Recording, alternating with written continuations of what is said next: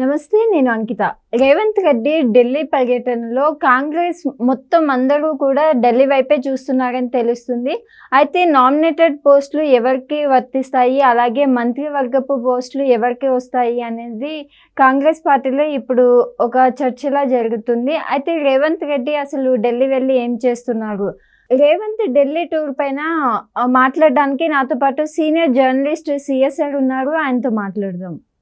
Hi sir. Hello sir, ఇప్పుడు చూస్తే రేవంత్ రెడ్డి ఢిల్లీ వెళ్ళారు. సో ఆయన అసలు వెళ్ళిన కారణం ఏంటి? కాంగ్రెస్ పార్టీలో ప్రతి ఒక్కరూ ఢిల్లీ వైపే చూస్తున్నారని తెలుస్తుంది. అయితే మెయిన్గా వచ్చేసి నామినేటెడ్ పోస్టుల గురించి, అలాగే మంత్రివర్గపు పోస్టులు ఎవరికి ఇస్తారు అన్న కన్ఫ్యూజన్ ఉన్నది అని తెలుస్తుంది. సో అసలు ఎందుకు వెళ్ళారంటే, సో కాంగ్రెస్ పార్టీ పాలిత రాష్ట్రాల్లో ఉన్నటువంటి ముఖ్యమంత్రులు ఢిల్లీ వెళ్ళడం అనేది సర్వసాధారణం, సహజం. వాళ్ళు ఎప్పుడు ఢిల్లీ వెళ్ళినా కానీ ఒక సెన్సేషనల్ న్యూస్ ఉంటూనే ఉంటుంది. పైగా రాష్ట్రానికి సంబంధించిన అంశాలన్నీ ఢిల్లీలో చర్చిస్తారనేది అందరికీ తెలిసిందే. అక్కడ సోనియా గాంధీ, రాహుల్ గాంధీ, మల్లికార్జున ఖర్గే వీళ్ళందరూ అధిష్టానం ఉంటారు కాబట్టి వాళ్ళతోటి ఏదైనా చర్చించిన తర్వాతనే ఒక నిర్ణయం తీసుకుంటారు. ప్రత్యేకించి తెలంగాణ రాష్ట్రంలో క్యాబినెట్ ఇంకా పూర్తి స్థాయిలో విస్తరించలేదు. కేవలం ఇప్పుడు కొంతమందే ఉన్నారు, 12 మందే ఉన్నారు. ఇంకొక 6గురిని తీసుకునేటువంటి అవకాశం ఉంది. సో రాబోయేటువంటి రోజుల్లో ఒక 6గురిని మంత్రివర్గంలోకి తీసుకునేటువంటి అవకాశం ఉంది. 6గురు ఎవరు అనే దాని మీద చాలా కాలంగా చర్చ జరుగుతుంది. ఆయన ముఖ్యమంత్రి అయిన తర్వాత రేవంత్ రెడ్డి 2023 డిసెంబర్ 9వ తారీఖున ఆయన ప్రమాణ స్వీకారం చేసిన తర్వాత నుంచి ఈ మంత్రి పదవులు మిగిలినటువంటివి 6 ఎప్పుడు భర్తీ చేస్తారంటే లోక్సభ ఎన్నికల ఫలితాల తర్వాత చేస్తారని చెప్పి అన్నారు.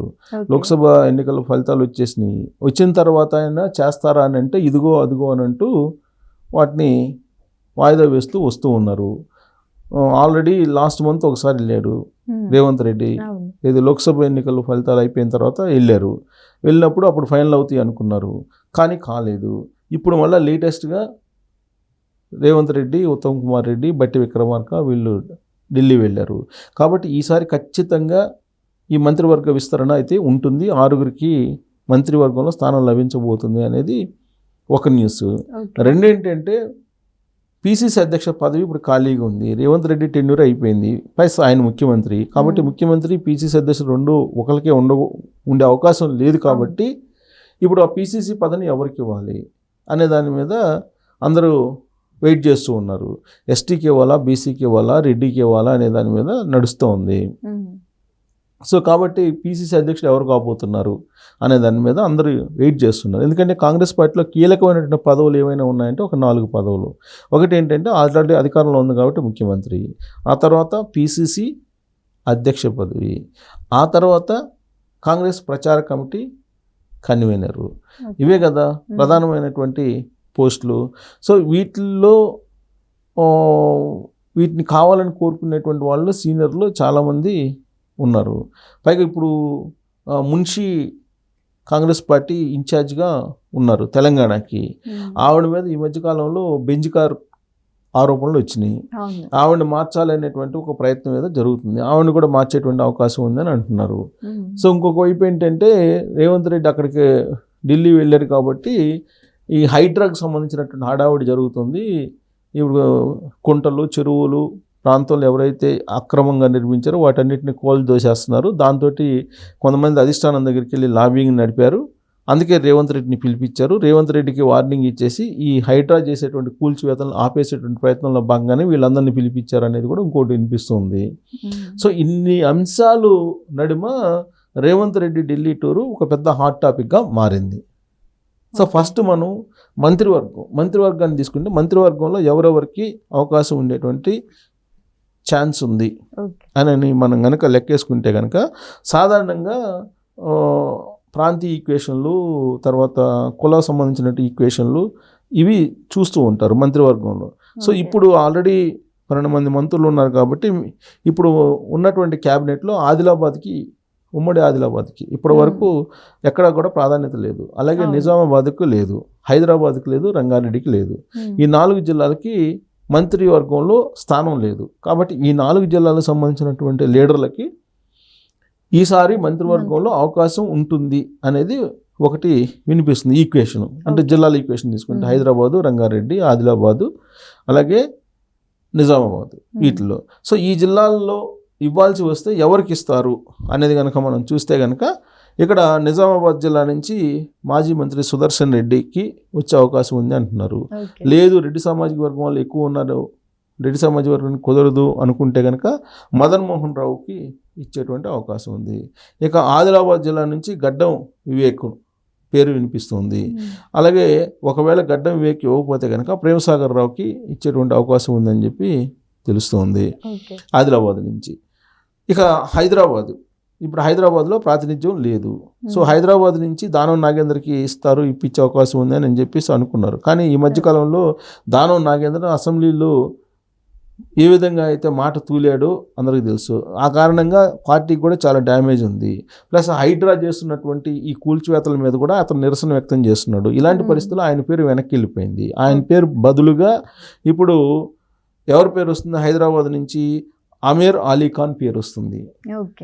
అంటే మైనారిటీలకి ఇచ్చేటువంటి అవకాశం కనిపిస్తుంది. మైనారిటీలు క్యాబినెట్లో లేరు కాబట్టి అమీర్ అలీ ఖాన్కి ఇచ్చేటువంటి అవకాశం ఉందని చెప్పి తెలుస్తుంది. ఇక రంగారెడ్డి జిల్లాలో వినిపిస్తున్నటువంటి పేర్లు రామ్మోహన్ రెడ్డి, అలాగే మల్లిడి రంగారెడ్డి పేరు వినిపిస్తుంది. ఇక్కడ ఇద్దరు రెడ్డి సామాజిక వర్గం వినిపిస్తుంది.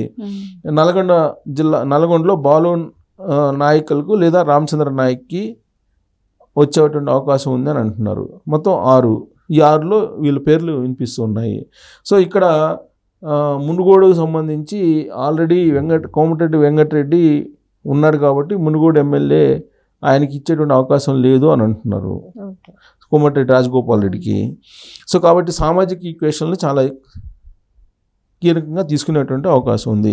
ఇక మంత్రులకు సంబంధించి పరిశీలనలో ఉన్నటువంటి పేర్లు అవి అయితే, ఇక పీసీసీ అధ్యక్ష రేసులో ఎవరెవరు ఉన్నారు, ఇంపార్టెంట్ కదా పీసీసీ అధ్యక్ష రేస్ అనేది. పీసీసీ అధ్యక్ష రేసులో ఎవరెవరు ఉన్నారు అని అంటే అక్కడ బీసీలకు ఇవ్వాలి అనేది. సహజంగా ఏంటంటే రెడ్డి సామాజిక వర్గానికి సంబంధించినటువంటి రేవంత్ రెడ్డి ముఖ్యమంత్రిగా ఉన్నారు కాబట్టి పీసీసీ అధ్యక్ష బదులు బీసీలకు ఇస్తారు. ఎందుకంటే ప్రధానమైనటువంటి సామాజిక వర్గం తెలంగాణలో బీసీలు కాబట్టి. సో బీసీలకు ఇస్తే కనుక ఎవరికి ఇస్తారు, మధుయాష్కి గౌడ్ పేరు వినిపిస్తుంది. సో మధుయాష్కి గౌడ్కి ఇస్తారు అంటున్నారు. లేదు ఎస్టీలకి ఇవ్వాలి అని అంటే కనుక ఎస్టీల కోటాలో అది సీనియర్ లీడర్లుగా ఉన్నటువంటి ఆయనకి ఇచ్చేటువంటి అవకాశం ఉందని అంటున్నారు. బట్ మధుయాష్కికే ఎక్కువ పీసీసీ అధ్యక్ష బాధ్యతలు అప్పచెప్పేటువంటి అవకాశం ఉంది అనేది కూడా వినిపిస్తుంది. ఇవన్నీ కాకుండా మళ్ళీ నామినేటెడ్ పోస్టులు ఉన్నాయి. ఈ నామినేటెడ్ పోస్టుల విషయంలో కూడా ఇప్పటివరకు అనౌన్స్ అయినటువంటి వాటిలో రేవంత్ రెడ్డి వర్గానికి సంబంధించినటువంటి వాళ్ళకి ఎక్కువ మందికి ఇచ్చారు అనేటువంటి అభిప్రాయం కాంగ్రెస్ పార్టీలో ఉంది. కానీ ఈసారి అధిష్టానం జోక్యం చేసుకొని దాన్ని సమతుల్యం చేయాలి అనేటువంటి ఆలోచన చేస్తూ ఉన్నారు. సో కాబట్టి ఇప్పటి వరకు పార్టీకి పనిచేస్తూ వచ్చినటువంటి వాళ్ళు అనేక మంది ఉన్నారు. వాళ్ళకి నామినేటెడ్ పోస్టులు ఇంకా ఇవ్వాల. ఆ నామినేటెడ్ పోస్టులను కూడా భర్తీ చేయబోతున్నారు అనేది తెలుస్తుంది. మొత్తం మీద ఏంటంటే దసరా లోపల ఇవన్నీ కంప్లీట్ అయ్యేటువంటి అవకాశం, మంత్రివర్గ విస్తరణ, పీసీసీ అధ్యక్షుడు, తర్వాత నామినేటెడ్ పోస్టులు ఇవన్నీ కూడా కంప్లీట్ అయ్యేటువంటి అవకాశం ఉందని చెప్పి తెలుస్తూ ఉంది. సో ఇక వీళ్ళని ఎందుకు పిలిచారు ఇంతమందిని అని అంటే, రాబోయేటువంటి రోజుల్లో సమీప భవిష్యత్తులో మహారాష్ట్ర ఎన్నికలు జరగబోతున్నాయి, హర్యానా ఎన్నికలు జరగబోతున్నాయి, జమ్మూ కాశ్మీర్ ఎన్నికలు జరగబోతున్నాయి, జార్ఖండ్ ఎన్నికలు జరగబోతున్నాయి. కాబట్టి కీలకమైనటువంటి లీడర్లతోటి సోనియా గాంధీ, రాహుల్ గాంధీ, మల్లికార్జున ఖర్గే వీళ్ళు సమావేశం అయ్యారని చెప్పి తెలుస్తుంది. సో ఆయా రాష్ట్రాల్లో ఉండేటువంటి పరిస్థితిని సమీక్షించేందుకు పిలిపించి మాట్లాడారని కూడా తెలుస్తుంది. సో ఆ 4 రాష్ట్రాలకు సంబంధించినటువంటి ఎన్నికల గురించి మాట్లాడటానికి తెలంగాణకు సంబంధించినటువంటి లీడర్లే పిలవాల్సిన అవసరం లేదు. తెలంగాణలో ఉండేటువంటి పరిస్థితులను చక్కదిద్దడానికి, తెలంగాణలో పార్టీని బలోపేతం చేయడానికి, అలాగే తెలంగాణలో మిగిలి ఉన్నటువంటి పోస్టులని భర్తీ చేయడానికి వీటన్నిటి గురించి పిలిచారు. అవి క్లియర్ అయ్యే అవకాశం ఉంది. ఇక రేవంత్ రెడ్డి రాజీవ్ గాంధీ విగ్రహాన్ని అసెంబ్లీ ముందు పెట్టాలి అనేటువంటి ప్రయత్నం చేస్తున్నారు. వాస్తవంగా 20వ తారీఖున రాజీవ్ గాంధీ జయంతి సందర్భంగా పెట్టాలి అక్కడ. కానీ దానికి సోనియా గాంధీ రాలేకపోయారు. కాబట్టి సోనియా గాంధీని ఆహ్వానించి సోనియా గాంధీ తోటి రాజీవ్ గాంధీ విగ్రహాన్ని ఆవిష్కరింపచేయాలనే ఆలోచన రేవంత్ రెడ్డి చేస్తున్నారు. ఆ మేరకు ఇన్వైట్ చేశారు సోనియా గాంధీని అని కూడా తెలుస్తుంది. ఇక రుణమాఫీ చేశారు తెలంగాణ వ్యాప్తంగా. కాబట్టి రుణమాఫీ చేశారు కాబట్టి ఆ రుణమాఫీకి సంబంధించి ఒక మీటింగ్ పెట్టుకొని రాహుల్ గాంధీ ఇచ్చినటువంటి హామీ కాబట్టి వరంగల్లో ఆ మీటింగ్ హాజరు కావాలని రాహుల్ గాంధీని ఆహ్వానించారని కూడా తెలుస్తుంది. ఓకే. సో ఇటువైపు నుంచి ఈ ఆహ్వానాలు రెండు ఉన్నాయి.